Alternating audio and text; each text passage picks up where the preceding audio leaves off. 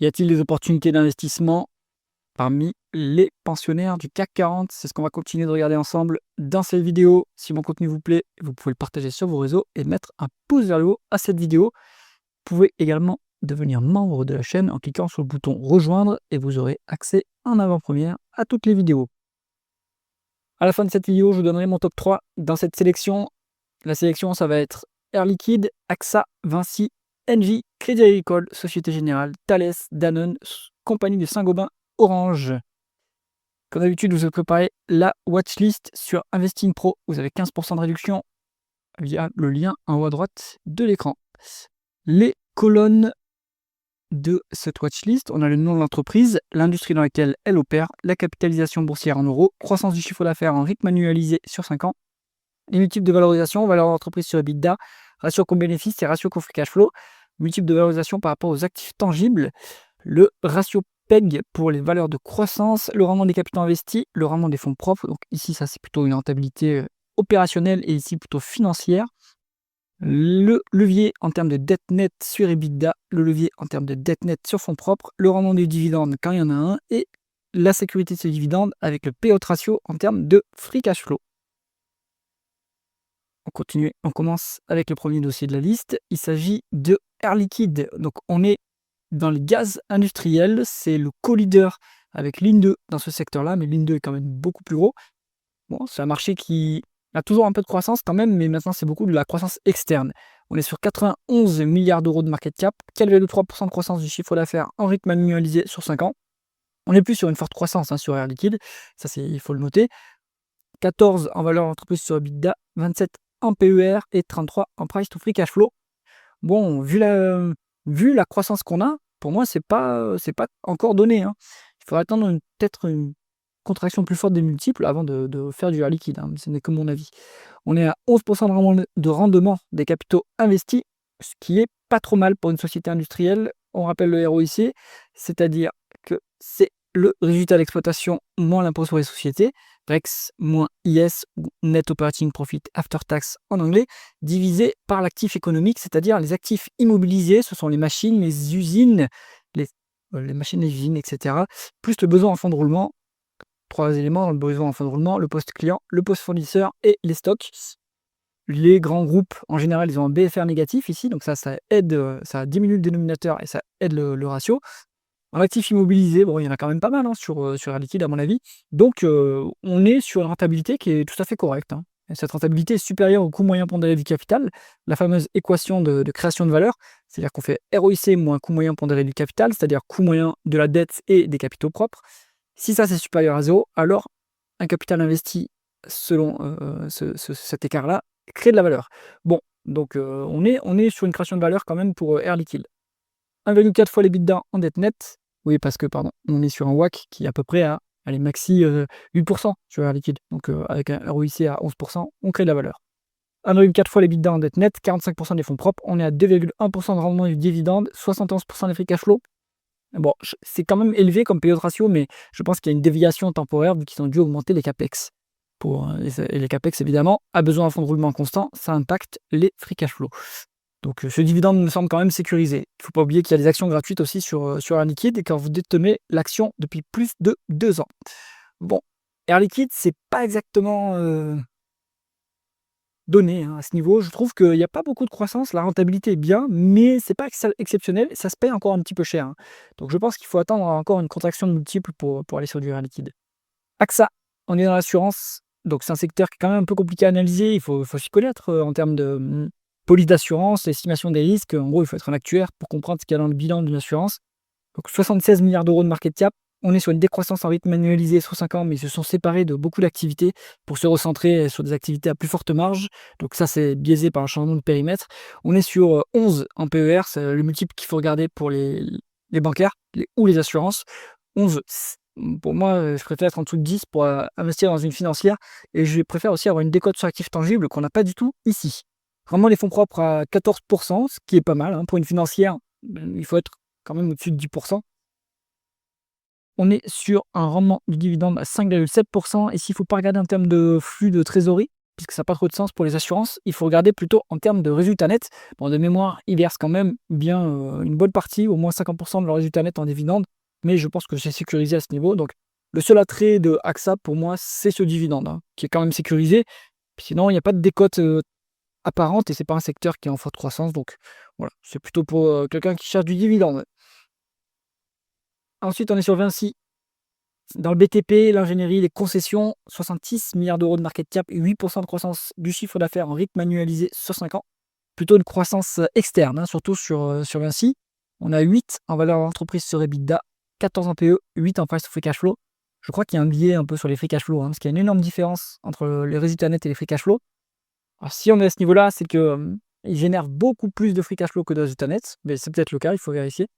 Mais bon, pour moi, on n'est pas value sur Vinci. C'est pas un secteur qui se traite avec des multiples élevés. C'est quand même cyclique et mature. Il n'y a pas beaucoup de croissance. Donc, on va dire qu'à ce niveau-là, 8, c'est raisonnablement valorisé. On a 8% de rendement du capital investi. Ouais, c'est pas fou. Alors, c'est très intensif en capital comme métier, ça c'est sûr. Le fait qu'on ait quand même pas mal de dettes, ça fait baisser le coût moyen pondéré du capital. Donc, peut-être que marginalement, on crée un peu de valeur sur Vinci, mais bon, j'en suis pas si sûr que ça. On est à 2,1% de dette nette, 2,1 fois les dividendes en dette nette, 92% des fonds propres. Donc il y a quand même beaucoup de dettes, mais c'est le secteur qui veut ça.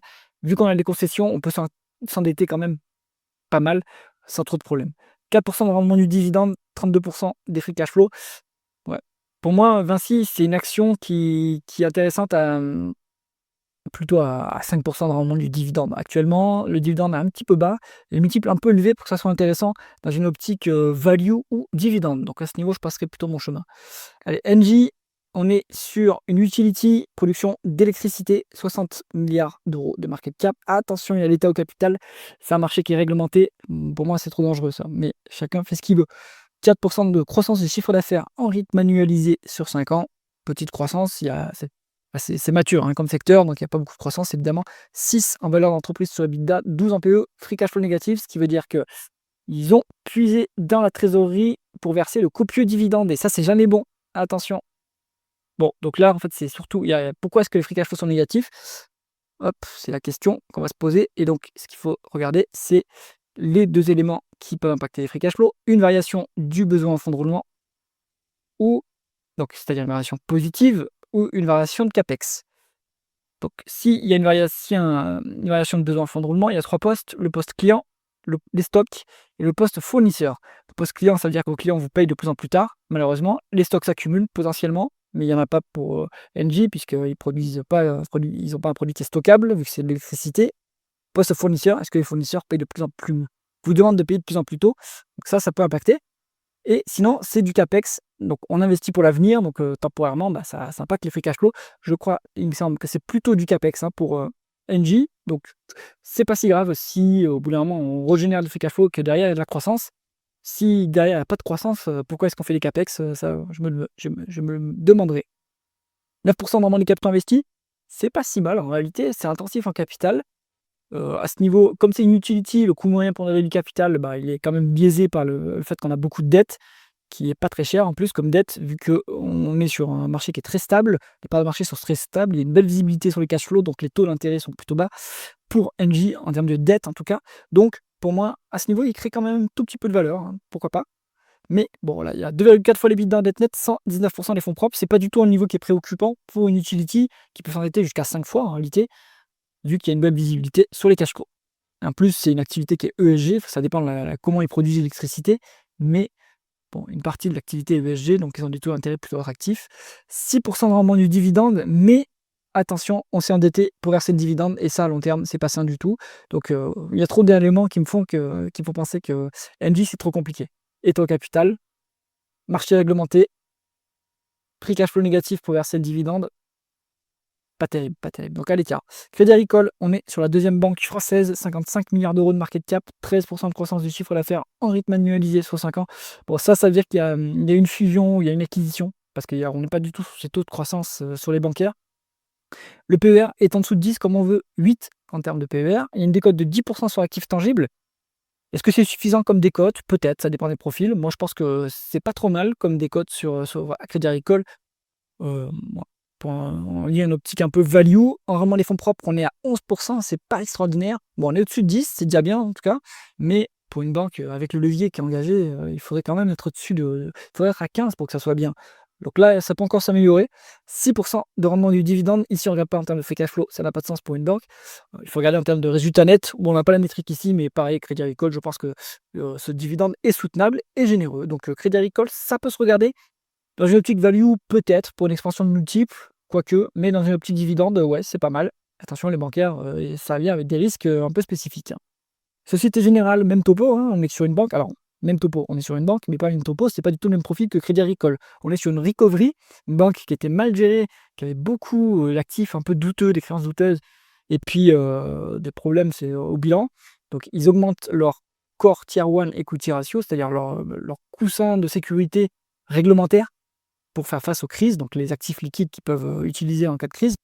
Ça, ils continuent à augmenter et ils ont réussi à atteindre un niveau qui est satisfaisant maintenant. Donc la banque est bien en train de se redresser. On est sur 54 milliards d'euros de market cap, 1,5% de croissance du chiffre d'affaires en rythme annualisé sur 5 ans. Bon, il y a des variations de périmètre aussi. Ça peut jouer sur ce multiple. Ensuite, on est sur 11 en PER et une décote de 20% sur actifs tangibles. C'est-à-dire qu'à un moment donné, on était à 0,4 en prix sur actifs tangibles. Bon, ça s'est bien redressé, hein. Le marché a repris confiance dans Société Générale. 8,5% de rendement des fonds propres, c'est pas exceptionnel ça. Il faudrait que ça soit encore 10. Donc la route est encore longue, mais le rendement le ROE est en train de s'améliorer sur Société Générale. On a 2,3% de rendement du dividende, donc c'est pas un niveau de dividende digne d'une banque, mais c'est normal, ils sont en plein de redressement. Donc après, ça va s'améliorer. Donc pour l'instant, ils privilégient le renforcement des fonds propres avant de verser du dividende. Bon, Société Générale, c'était un dossier contrariant, donc ceux qui l'ont pris, bien joué. Moi, je trouvais que c'était pas du tout assez qualitatif pour être intéressant. Voilà. Maintenant, c'est moins spéculatif, mais c'est pas extraordinairement qualitatif non plus. Donc, ouais, on peut aller plutôt pour une vision contrarienne, on va dire. Mais même en termes de PER, c'est plus trop décoté maintenant. Donc, ouais, pas convaincu par ce dossier. Thales, on est dans l'aérospatiale, la défense, surtout la défense évidemment. 54 milliards d'euros de market cap, 2,3% de croissance du chiffre d'affaires en rythme annualisé sur 5 ans. Ça c'était avant, maintenant il y a beaucoup de croissance qui va venir avec les plans d'armement et les budgets militaires qui sont en hausse en Europe. Bon, les multiples du coup sont partis au plafond déjà, 21 en valeur d'entreprise sur EBITDA, 52 en PER, 20 en price to free cash flow, c'est beaucoup trop cher à mon avis. Le marché est quand même allé trop loin. On a 11% de rendement du capital investi, donc la rentabilité est quand même bonne. C'est pas très intensif en capital ce métier, vu qu'ils font pas du hardware, hein. Il faut quand même, enfin ils font du hardware bien sûr, ils font pas de l'industrie lourde, c'est plutôt de l'électronique, des équipements électroniques, etc. Donc c'est une boîte qui est pas trop intensive en capital à mon avis. Donc la rentabilité est bonne quand même à ce niveau, mais pas exceptionnelle. 1,2 fois les l'EBITDA net, 48% des fonds propres, c'est maîtrisé. 1,5% de rendement du dividende, 28% des free cash flow. Bon, pour moi, Thales, il faut passer son chemin. C'est beaucoup trop cher au niveau actuel pour quelqu'un qui investit dans la croissance à prix raisonnable ou la value. Voilà, c'est quand même beaucoup trop cher. Danone, on est dans un géant de l'agroalimentaire. Bon, ils ont quand même un peu des problèmes. Ils ont dû rappeler des produits récemment. C'est une boîte qui vivote depuis au moins 5 ans. C'est pas terrible, hein. Ils s'en sortent pas, quoi. 42 milliards d'euros de market cap, 1,6% de croissance du chiffre d'affaires en rythme annualisé sur 5 ans. Il n'y a pas de croissance. 11 en valeur d'entreprise sur EBITDA, 23 en PE, 15 en price to free cash flow. C'est pas donné non plus, hein. Alors qu'il n'y a pas de croissance, la rentabilité est médiocre. On est à 7,3% de rendement du capital investi. Bon, alors c'est modérément, moyennement intensif au capital quand même, mais à 7, bon, c'est pas fou, quoi. 2 fois l'EBITDA en dette nette, 58% des fonds propres. La dette est maîtrisée à ce niveau, mais bon, c'est pas extraordinaire, je trouve. 3,2% de rendement du dividende et 48% des free cash flow. Donc en fait, ils rendent pas assez de cash aux actionnaires alors qu'il n'y a plus du tout de croissance et que cette croissance ne crée pas de valeur de toute façon. Donc là, en fait, il faudrait qu'ils montent à 75% de payout ratio, qu'ils versent un dividende de 5%, et c'est tout ce qu'il y a à faire à mon avis, hein. Bon, c'est pas le genre de boîte à faire trop d'acquisitions, ça c'est bien, mais d'un autre côté, il n'y a plus de croissance organique et la rentabilité est pas folle, donc peut-être qu'il faudrait qu'ils accélèrent le retour aux actionnaires.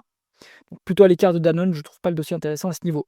Saint-Gobain, on est dans la chimie du bâtiment, 42 milliards d'euros de market cap, 1,8% de croissance du chiffre d'affaires en rythme annualisé sur 5 ans. Ils ont pas mal fait de changements de périmètre depuis 2020 et c'est bien parce qu'ils ont redressé les marges. Et donc du coup, on a une rentabilité qui a bien remonté, hein, 9,1%. c'est pas mal sur, Société Générale. Pour une boîte qui est intensive en capital quand même. 8 en valeur d'entreprise sur EBITDA, 15 en PE, 13 en price to free cash flow. C'est un multiple normal, on va dire, pour Saint-Gobain. C'est cyclique, il y a pas beaucoup de croissance, donc ça mérite pas des multiples très élevés, hein. Mais, bon, là, on est peut-être sur du Saint-Gobain, il faudrait y rentrer sur du 6, allez, peut-être, à la limite, commencer à s'y intéresser. Là, c'est un petit peu c'est justement valorisé, je trouve. 1,7 fois l'EBITDA en dette nette, 54% des fonds propres, pardon, la dette est maîtrisée à ce niveau, 2,6% de rendement du dividende, 33% des free cash flow. Ce dividende est sécurisé. Bon, Saint-Gobain, pareil, il devrait passer à 50% de free cash flow, de payout ratio, et monter ce dividende, quoi. Il faudrait que ce dividende il passe au moins à 3-3,5% de rendement pour que ça soit intéressant. Pour jouer une optique value, c'est un petit peu élevé comme multiple, et puis c'est pas une mode de croissance à long terme, je trouve, même s'il crée un petit peu de valeur, mais c'est pas un marché qui est en forte croissance. Donc, plutôt à l'écart. Orange, on est sur le numéro 1, les télécoms en France. Attention, il y a l'État au capital, malheureusement. 41 milliards d'euros de market cap, décroissance en rythme annualisé sur 5 ans. Il n'y a pas de croissance sur Orange. 6 en valeur d'entreprise sur EBITDA, 45 en PE, 13 en price to free cash flow. Bon, ça nous dit énorme dépréciation. C'est du non-cash parce qu'on regarde les free cash flow, ils sont à un niveau normal. La valo est pas très chère. 6 en valeur d'entreprise sur EBITDA, c'est pas très cher, mais c'est normal pour une télécom vu qu'il n'y a pas de croissance et que c'est hyper intensif en capital et la rentabilité est plutôt médiocre, hein. 4,2% de rendement des capitaux investis. Bon, c'est un peu biaisé par le fait que en fait, on retourne quand même beaucoup de free cash flow en excès par rapport. Donc, on a beaucoup de cash flow opérationnel en excès des résultats d'exploitation. Donc, cette rentabilité est sous-estimée. Peut-être que, enfin, si on mettait un free cash flow, peut-être qu'on est à 7-8%. Le seul attrait de cette boîte, c'est le dividende, hein. 4,8% de rendement du dividende, 70% des free cash flow, c'est un niveau qui est normal, c'est soutenable. La dette est maîtrisée, 2,5 en termes d'EBITDA et 100% des fonds propres, mais une télécom peut s'endetter jusqu'à 5 fois, donc il n'y a pas de problème. Bon, Orange, à la limite, pour faire du dividende si vous acceptez l'État au capital, mais sinon, je trouve que c'est pas hyper intéressant comme dossier. Et ben, qu'est-ce qu'on va garder dans cette liste? Il n'y a pas tant de dossiers que ça, hein, en fait, d'intéressants. Moi, je trouve qu'il y a un dossier dividende qui peut être intéressant, c'est Crédit Agricole, qui est une boîte qui est bien gérée. Et sinon, ouais, les autres, c'est pas extraordinaire. Allez, si on se fait, aussi du dividende, mais ça vient avec des risques un peu trop pour moi, mais bon, à la limite, ça va être AXA aussi en dividende. Sinon, je trouve pas de dossier hyper intéressant dans cette tranche du CAC 40. J'espère que cette analyse vous a intéressé. Si c'est le cas, mettez un pouce vers le haut et pensez à vous abonner à la chaîne. À bientôt.